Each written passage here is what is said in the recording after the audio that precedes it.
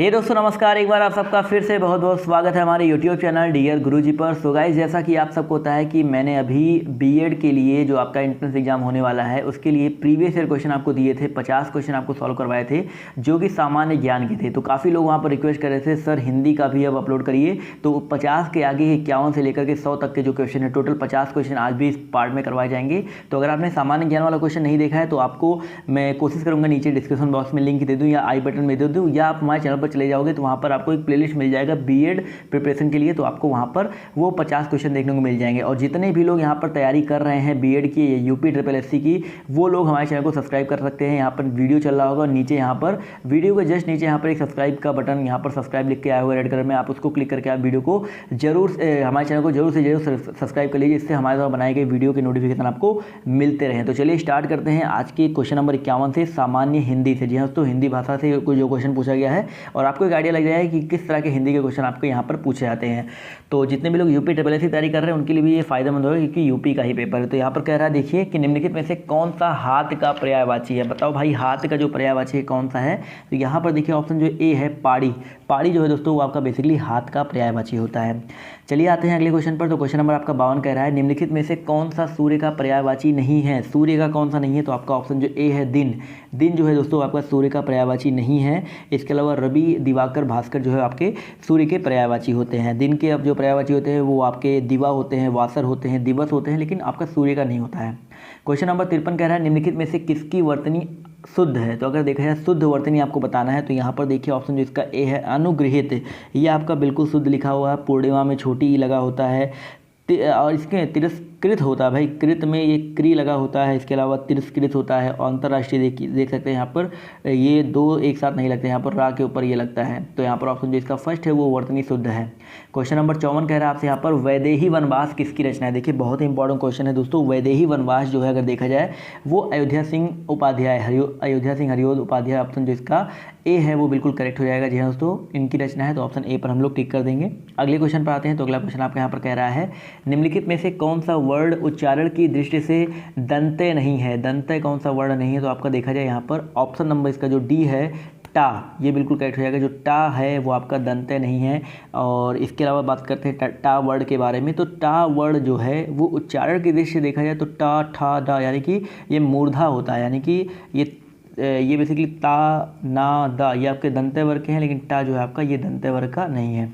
चलिए आते हैं अगले क्वेश्चन पर। तो माफ़ कीजिएगा, चलिए आते हैं अगले क्वेश्चन पर। तो अगला क्वेश्चन आपके सामने ये कह रहा है कि आलस्य का विशेषण शब्द क्या होगा। आलस्य का विशेषण बताना है आपको भाई। तो आलस्य का जो विशेषण होता है वो आलसी होता है। तो ऑप्शन जो इसका ए है वो बिल्कुल करेक्ट हो जाएगा। क्वेश्चन नंबर 56 के बाद 57 पर आते हैं। तो कह रहा है निम्नलिखित में से कौन तत्सम शब्द है। तो कौन सा तत्सम शब्द है। तो यहाँ पर आश्चर्य जो है एक तत्सम शब्द है। तो ऑप्शन जो इसका ए है वो बिल्कुल करेक्ट हो जाएगा। आश्चर्य जो है आपका एक तत्सम शब्द है। और इसके अलावा हम बात करते हैं अचरज जो है इसका तद्भव शब्द होता है, जबकि हाथ है, कंधा है, आंसू है, ये सारे आपके तत्सम है। हाथ का हस्त होता है, कंधा का स्कंध होता है और आंसू का अश्रु होता है। क्वेश्चन नंबर आपका 58 कह रहा है निम्नलिखित में से कौन सा तद्भव शब्द है। तो यहाँ पर अगर देखा जाए तद्भव शब्द कौन सा है तो आपका पंख दोस्तों जो है वो एक तद्भव शब्द है। तो ऑप्शन जो इसका ए है वो बिल्कुल करेक्ट हो जाएगा। पंख जो है वो आपका तद्भव शब्द है जिसका तत्सम जो होता है वो पक्ष होता है। चलिए आते हैं क्वेश्चन नंबर 59 पर। तो कह रहा है पय का समानार्थी शब्द निम्नलिखित में से कौन सा है। तो पय का जो समानार्थी शब्द है वो आपका दूध है, यानी कि ऑप्शन जो इसका ए है वो बिल्कुल करेक्ट हो जाएगा। दूध जो होता है वो पय का समानार्थी शब्द होता है। अमीय जो होता है वो आपका सुधा यानी कि अमृत का समानार्थी शब्द होता है। चलिए आते हैं क्वेश्चन नंबर 59 के बाद 60 पर। तो कह रहा है निम्नलिखित में से कौन सा शब्द अनेकार्थक शब्द है। तो देखो यहाँ पर देखा जाए तो कौन सा शब्द अनेकार्थक शब्द है। अनेकार्थक मतलब जिसके कई सारे अनेक अर्थ हो, तो ना अलग अलग अर्थ हो। तो यहाँ पर देखा जाए तो ऑप्शन जिसका ए है काल। ये काल का मतलब समय, मृत्यु, यमराज, अकाल, अवसर, बहुत सारे जो होते हैं। तो ऑप्शन जिसका ए है ये अनेकार्थक शब्द है। क्वेश्चन नंबर आपका 61 कह रहा है दोस्तों यहाँ पर कि होनहार बिरवान के होत चीकने पात, इसका अर्थ निम्नलिखित में से कौन है। तो यहाँ पर देखा जाए तो होनहार के जो लक्षण होते हैं उनके विकास की प्रथम अवस्था से ही दिखने लगते हैं। तो यहाँ पर देखा जाए तो ऑप्शन जिसका ए है वो बिल्कुल करेक्ट हो जाएगा। चलिए बढ़ते हैं अगले क्वेश्चन पर। तो अगला क्वेश्चन आपका यहाँ पर कह रहा है कि मांगना जो है वो किस मुहावरे का अर्थ है। तो मांगना जो है दोस्तों देखा जाए तो मुँह फैलाना, यानी कि मुँह फैलाना एक मुहावरा है, उसका अर्थ क्या होता है मांगना। चलिए आते हैं क्वेश्चन नंबर 63 की तरफ। तो कह रहा है निम्नलिखित में से कौन शुद्ध वाक्य है। तो शुद्ध वाक्य कौन सा है, तो आपका देखा जाए तो ऑप्शन जो इसका ए है, माँ बच्चे को दूध पिला रही है। ऑप्शन जो इसका ए है ये बिल्कुल शुद्ध वाक्य है। दिए गए विकल्पों में से देखा जाए तो माँ बच्चे को दूध पिला रही है शुद्ध है। इसके अलावा राधा उपवन में नाच कर रही है, भाई नाच रही है होना चाहिए था, कर बालतू में लगा हुआ है। कृष्ण वृंदावन में बंसी सजा रहे हैं, भाई बंसी सजाया नहीं जाता है, बंसी बजाया जाता है। और वृंदावन तपोभूमि है, वृंदावन तपोभूमि यहाँ पर नहीं होगा भाई, तो इसलिए देखा जाए तो सिर्फ ऑप्शन जो ए है वो सिर्फ और सिर्फ करेक्ट होगा। चलिए आते हैं क्वेश्चन नंबर 64 की तरफ। तो कह रहा है निम्नलिखित में से कौन सा वाक्य जो है शुद्ध है। तो आपका वही सेम चीज़ है, तो आपको एक होमवर्क तो बनता ही बनता है, एक तो मैंने आपको कराया और इसका जो जवाब है आपको कॉमेंट करके देना है, इसका जो जवाब है आपको कॉमेंट करके देना है कॉमेंट के माध्यम से। चलिए आते हैं क्वेश्चन नंबर 65 पर। तो कह रहा है दही बड़ा में कौन सा समास है। भाई दही बड़ा में कौन सा समास है, तो दही बड़ा में आपका देखा जाए तो आपका द्वंद्व समास है, यानी कि ऑप्शन जो इसका ए है करेक्ट हो जाएगा। दही बड़ा में द्वंद्व समास है, जिसके दोनों पक्ष प्रधान होते हैं, वो दोनों संज्ञाएं अथवा विशेषण होती है, वहाँ पर द्वंद्व समास होता है। चलिए आते हैं क्वेश्चन नंबर 66 पर। तो आपसे कह रहा है शिव अर्पण में कौन सा समास होगा। तो शिव अर्पण में देखा जाए तो आपका तत्पुरुष समास होगा। शिव अर्पण यानी कि जिस समास का उत्तर अर्थात अंतिम पद प्रधान हो उसे तत्पुरुष समास कहते हैं। शिव अर्पण अर्थात शिव के लिए अर्पण। चलिए आते हैं अगले क्वेश्चन पर। तो क्वेश्चन नंबर आपका 67 कह रहा है करुण रस का एक वाक्य है। करुण रस का एक वाक्य जो है आपका ऑप्शन ए हो जाएगा, राम के प्रति दशरथ का विलाप। ये करुण रस के प्रति करुण रस का एक वाक्य है। चलिए आते हैं क्वेश्चन नंबर आपके 68 पर। तो कह रहा है फूले कास सकल मही छाई, इसमें कौन सा अलंकार है। तो बेसिकली यहाँ पर अगर देखा जाए तो उत्प्रेक्षा अलंकार हो जाएगा। उत्प्रेक्षा अलंकार क्या होता है, जहाँ उपमेय में उपमान की संभावना की जाए वहाँ उत्प्रेक्षा अलंकार होता है। अब देखिए फूले कास सकल मही छाई, यानी कि अगर देखा यहाँ पर जाए तो यहाँ पर इसका मतलब क्या है, यहाँ वर्षा ऋतु के बाद शरद के आगमन का वर्णन हुआ है और शरद ऋतु में कास के खिले हुए जो फूल होते हैं वो ऐसे मालूम होते हैं जैसे वर्षा ऋतु का बुढ़ापा प्रकट हो गया है। यानी कि यहाँ कास के जो फूल है वो उपमेय और उसके अलावा वर्षा के जो ऋतु है वो बुढ़ापे में यानी कि उपमान की संभावित कल्पना की गई है। तो ऑप्शन जो इसका सी है करेक्ट हो जाएगा। चलिए आते हैं क्वेश्चन नंबर 69 पर। तो कह रहा है जब पंक्ति में एक ही शब्द की आवृत्ति हो किंतु अर्थ अलग अलग हो तो वहाँ कौन सा अलंकार होगा। तो बेसिकली जब पंक्ति में एक ही शब्द की आवृत्ति हो लेकिन जो उसके अर्थ हैं वो अलग अलग हों तो यहाँ पर बेसिकली क्या होता है आपका यमक अलंकार होता है। तो ऑप्शन जिसका ए है वो करेक्ट हो जाएगा, जैसे कनक कनकते शौकुनी मादकता अधिकाय। चलिए आते हैं क्वेश्चन नंबर 69 के बाद 70 पर। तो कह रहा है दोहा और चौपाई कौन से छंद हैं। तो दोस्तों देखा जाए तो दोहा और चौपाई जो हैं वो आपके मात्रिक छंद है। कैसे छंद हैं आपके, मात्रिक छंद हैं। तो ऑप्शन जो इसका ए है वो करेक्ट हो जाएगा। चलिए आते हैं क्वेश्चन नंबर 71 की तरफ। तो कह रहा है निम्नलिखित में से किसमें उपसर्ग नहीं है। तो उपसर्ग इसमें नहीं है, तो देखा जाए तो सुखी में कोई भी उपसर्ग नहीं है। तो ऑप्शन जो इसका ए है वो करेक्ट हो जाएगा। देखो सुखी में कोई उपसर्ग नहीं है और यहाँ पर देखा जाए तो सुखी में ई प्रत्यय का प्रयोग हुआ है, लेकिन उपकरण तथा उपकार में उपसर्ग का प्रयोग, उपकरण में उप, अप और उप में उपकार में उप का प्रयोग जो है उपसर्ग का प्रयोग हुआ है, लेकिन यहाँ पर सुखी में किसी भी उपसर्ग का प्रयोग नहीं हुआ है। चलिए आते हैं अगले क्वेश्चन पर। तो अगला क्वेश्चन आपका यहाँ पर कह रहा है अध्यापिका में कौन सा प्रत्यय होगा। तो अध्यापिका में दोस्तों इका होता है, याद रखना इका। ऑप्शन जो इसका ए है वो करेक्ट हो जाएगा। गायिका, प्रचारिका, पाठिका, बालिका ये सब में इका प्रत्यय ही होता है। चलिए आते हैं अगले क्वेश्चन पर। तो क्वेश्चन नंबर 73 कह रहा है निम्नलिखित में से कौन पुल्लिंग शब्द है। तो पुल्लिंग शब्द आपको बताना है। सो बेसिकली यहाँ पर देखा जाए तो आपका जो गीत है, ऑप्शन जिसका सी है गीत, ये आपका एक पुल्लिंग शब्द है। जी दोस्तों गीत एक पुल्लिंग शब्द है। ता जो प्रत्यांत, जैसे गीत में देखा जाए तो जो ता है ये बेसिकली आपका एक प्रत्यांत संज्ञा है। ता प्रत्यांत संज्ञा है, पुल्लिंग होती है, हमेशा याद रखना, समझ गए। जैसे गणित, मत, स्वागत ये सारे आपके पुल्लिंग में ही आएंगे, याद रखना। चलिए आते हैं क्वेश्चन नंबर 73 पर के 74 पर। तो कह रहा है निम्नलिखित में से कौन सी रचना मुंशी प्रेमचंद की है। तो मुंशी प्रेमचंद की कौन सी रचना, भाई रंगभूमि, याद रखना भाई रंगभूमि। यहाँ पर जो ऑप्शन जो ए है रंगभूमि वो मुंशी प्रेमचंद जी का उपन्यास है। इसके अलावा प्रिय प्रवास दिया गया है, भाई प्रिय प्रवास कई बार आपसे पेपर पूछा गया है, तो ये अयोध्या सिंह उपाध्याय हरिओं जी का प्रबंध काव्य है। इसके अलावा यहाँ पर एक दिया गया है भाई जूही की कली। जूही की कली के बारे में बात करें तो ये है सूर्यकांत त्रिपाठी निराला जी की रचना है, ये उनकी प्रथम कविता भी है और जो परिमल काव्य संग्रह में संकलित है। इसके अलावा अधेर नगरी के बारे में बात करें तो ये दोस्तों आप लोगों ने पढ़ा होगा भारतेंदु हरिश्चंद्र जी के बारे में, उनकी ये एक मौलिक नाटक है अंधेर नगरी चौपट राजा टके शेर भाजी टके शेर खाजा। सुना होगा आप लोगों ने बचपन में, एक क्लास किस क्लास में था मुझे याद नहीं, लेकिन किसी ना किसी क्लास में ये चैप्टर आप लोगों ने पढ़ा होगा अगर आप लोग यूपी बोर्ड से हैं तो।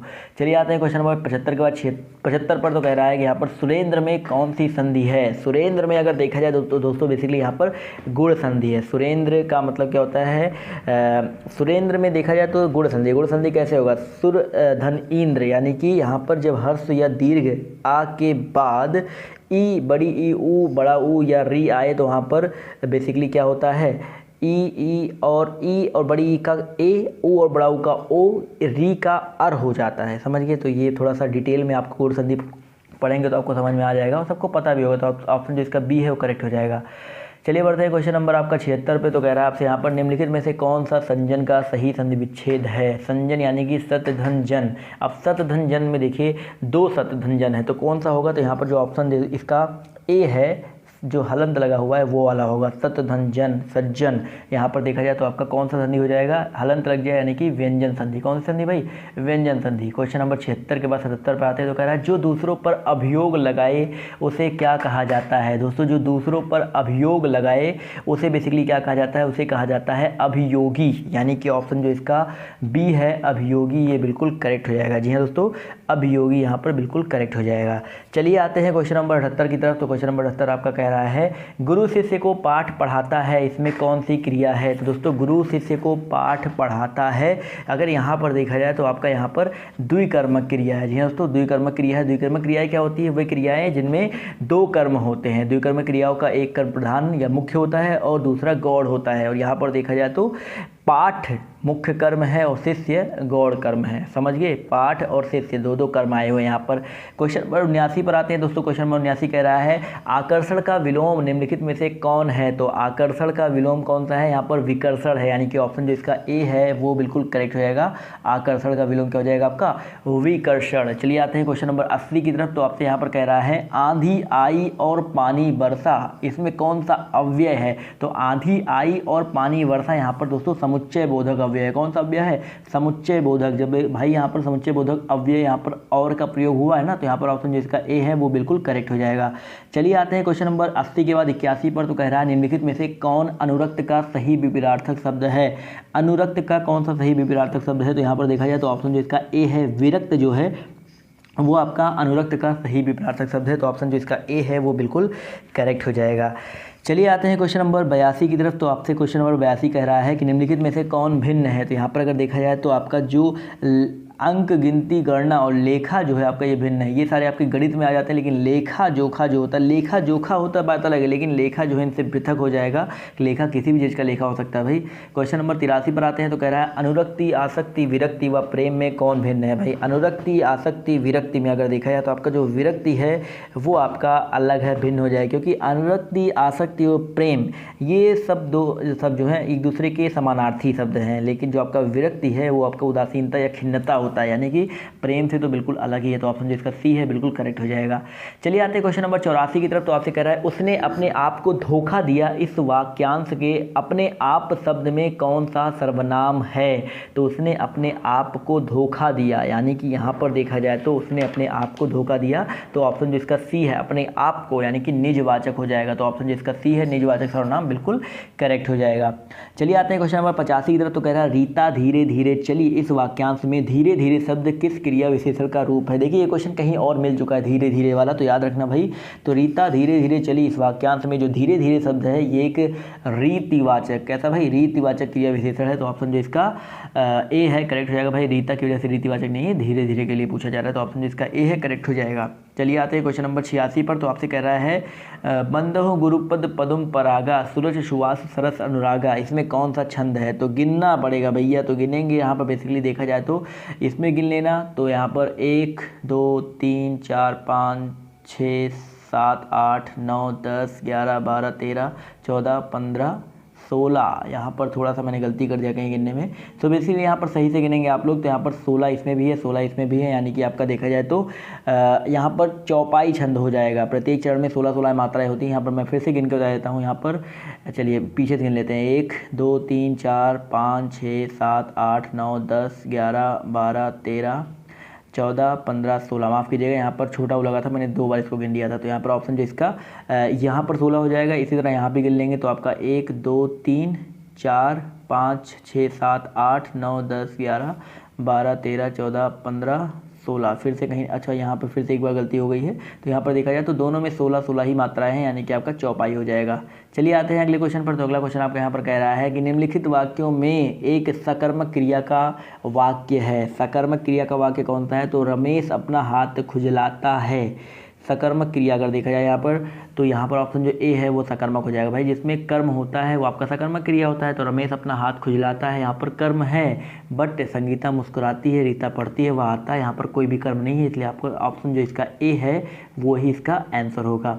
चलिए आते हैं क्वेश्चन नंबर 88 पर। तो कह रहा है जिस समास में पहले या बाद में कोई भी पद प्रधान नहीं होता है तो उसको क्या कहते हैं भाई? जिस समास में ना तो पहला पद ना तो बाद का कोई भी पद प्रधान नहीं होता है तो उसको हम लोग बहुव्रीहि समास कहते हैं। कौन समास कहते हैं? बहुव्रीहि समास कहते हैं। तो ऑप्शन जो इसका ए है वो बिल्कुल करेक्ट हो जाएगा।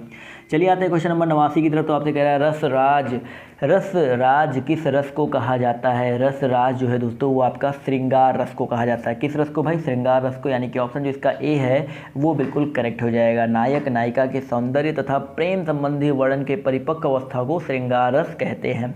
चलिए आते हैं क्वेश्चन नंबर 89 के बाद 90 पर। तो कह रहा है हरि गीतिका के प्रत्येक चरण में कितनी मात्राएं होती हैं? दोस्तों हरि गीतिका यानी कि हरि गीतिका के प्रत्येक चरण में याद रखना 28 मात्राएं होती हैं और अंत में लघु गुरु होते हैं और 16 और 12 मात्राओं पर यति भी होती है और ये मात्रिक समछंद होते हैं। तो ऑप्शन जो इसका डी है वो बिल्कुल करेक्ट हो जाएगा। चलिए आते हैं क्वेश्चन नंबर 91 की तरफ। तो आपसे कह रहा है कि मैं काम से जा रहा हूँ, इस वाक्य में से का कारक निम्नलिखित में से कौन सा है? तो मैं काम से जा रहा हूँ यानी कि इस वाक्य में से का जो कारक है वो आपका कर्ण कारक हो जाएगा। तो ऑप्शन जो इसका ए है वो बिल्कुल करेक्ट हो जाएगा, कर्ण कारक। जिस साधन से अथवा जिसके द्वारा क्रिया पूरी की जाती है उसे संज्ञा को कर्ण कारक कहते हैं।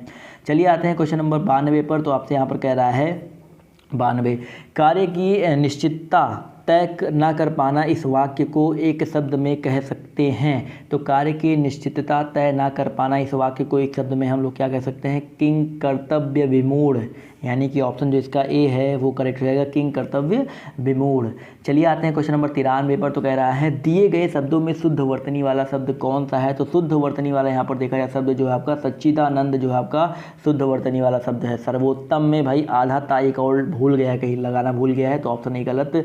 सांस्कृतिक नहीं होता, सांस्कारिक होता है। कीर्ति होता है, बड़ी ई भाई कीर्ति में एक छोटी ई होता है ता में, तो ऑप्शन जो इसका डी भी गलत हो जाएगा। तो ऑप्शन जो इसका सी है वो करेक्ट हो जाएगा।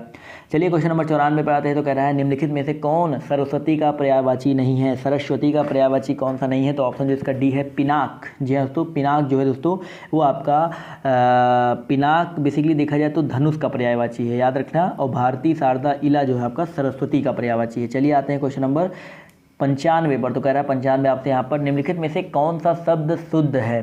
तो शुद्ध शब्द कौन सा है? तो आपका देखा जाए क्वेश्चन नंबर 95 में, तो ऑप्शन जो इसका ए है निश्चल, ये बिल्कुल करेक्ट रहेगा। निश्चल जो है आपका बेसिकली शुद्ध शब्द है। प्रश्नगत विकल्पों में निश्चल शुद्ध रूप है। इसके अलावा शशि भूषण जो होता है, साम्यता होती है, प्रकृति जो प्रतिक्रिया लिखी है तो आप लोग देख के बता सकते हो कि शशि भूषण होता है, शशि नहीं होता है। साम्य होता है, साम्यता नहीं होता है। प्रतिक्रिया होता है, प्रतिक्रिया होता है, ना तो क्रिया नहीं होता है। तो ऑप्शन जो इसका बी डी सी दोनों गलत हो जाएगा। चलिए आते हैं क्वेश्चन नंबर 96 पर। तो कह रहा है तो जो अत्यंत कष्ट से निवारित किया जा सके इसके लिए निम्नलिखित में से कौन सा एक शब्द सही है? तो जो भाई अत्यंत कष्ट से निवारित किया जा सके अगर उसको बोलते हैं दुसाध्य। जो अत्यंत बोला जाता है इसको, तो अत्यंत कष्ट से निवारित किया जा सके उसको हम लोग दुसाध्य बोलते हैं। तो ऑप्शन जो इसका ए है वो बिल्कुल करेक्ट हो जाएगा। चलिए आते हैं क्वेश्चन नंबर 97 की तरफ। तो कह रहा है निम्नलिखित में से इक प्रत्यय से किस शब्द का निर्माण हुआ है? इक शब्द से बताना है भाई, इक। तो यहाँ पर देखा जाए तो लौकिक, कहानी, कटनी, कोशिश, पढ़ने से पता चल गया। तो ऑप्शन जिसका ए है लौकिक में इक प्रत्यय का प्रयोग हुआ है। तो ऑप्शन जो ए है करेक्ट हो जाएगा। यह एक तद्धित प्रत्यय है जो संज्ञा, सर्वनाम और विशेषण शब्दों के अंत में लगता है और इससे निर्मित और भी बहुत सारे शब्द हैं जैसे कि मानसिक, तार्किक, भौगोलिक, सामाजिक, पारिवारिक। समझ गए? चलिए आते हैं क्वेश्चन नंबर 98 पर। तो क्वेश्चन नंबर 98 कह रहा है निम्नलिखित में से किस उपसर्ग से स्वागत शब्द का निर्माण हुआ है? स्वागत शब्द का जो निर्माण हुआ है याद रखना सु उपसर्ग का प्रयोग करके हुआ है। सु, जी हाँ दोस्तों, सु एक संस्कृत उपसर्ग है, याद रखना। कभी कभी पेपर में आता है स्वागत में जो सु उपसर्ग है वो आपका कैसा उपसर्ग है, संस्कृत या हिंदी, तो आपको बताना है। समझ गए दोस्तों। इसके अलावा सु से और क्या क्या बनता है, सुकर्म, सुकृत, सुगम, सुलभ। और अगर बात करते हैं सम के बारे में, तो सम से संगम बना है, संतोष बना है, संन्यास बना है। समझ गए। और सम भी आपका एक संस्कृत उपसर्ग है। क्वेश्चन नंबर 99 आपसे कह रहा है निम्नलिखित में से कौन सा शब्द कौन सबसे भिन्न है। तो यहाँ पर देखा जाए 99 में, तो ऑप्शन जिसका डी है, क्रूर जो है आपका वो सबसे भिन्न है। ऑप्शन डी यहाँ पर बिल्कुल करेक्ट हो जाएगा। क्रूर जो है वो इन सबसे भिन्न है, जिसका अर्थ है निर्दय। क्या अर्थ भाई, निर्दय अर्थ है। चलिए आते हैं अगले क्वेश्चन पर। तो क्वेश्चन नंबर 100 आखिरी क्वेश्चन कह रहा है पानी गए न उबरे मोती मानस चून, ये किसकी रचना है। तो पानी गए न उबरे मोती मानस चून, ये बेसिकली रहीम दास जी के एक दोहे की रचना है। पानी रहीमन पानी राख ये बिन पानी सब सून, पानी गए ना उबरे मोती मानस चून। तो ऑप्शन जो इसका ए है वो बिल्कुल करेक्ट हो जाएगा। तो आई होप आपको जो ये ये जो प्रीवियस ईयर क्वेश्चंस हैं ये समझ में आए होंगे। और अभी ये तो प्रथम भाग था, यानी कि 2 प्रश्न पत्र होते हैं, पहला प्रश्न पत्र और दूसरा प्रश्न पत्र। तो दूसरे प्रश्न पत्र में देखिए रीजनिंग सबका कॉमन होता है, तो रीजनिंग भी आपको सॉल्व करवाया जाएगा। बस आप लोग सपोर्ट करिए, वीडियो को शेयर कीजिए। जितना अच्छा ज़्यादा व्यू आएगा, जितने ज़्यादा लाइक आएंगे, जितने ज़्यादा सब्सक्राइब बढ़ेंगे, उतनी जल्दी जल्दी वीडियो आपको देखने को मिलते रहेंगे। तो आज के इस वीडियो में सिर्फ इतना ही बता सकते, यही कह रहूँगा फिर से एक बार कि share and care is the most important thing. तो अभी के लिए बाय बाय, टेक केयर, जय हिंद, जय भारत।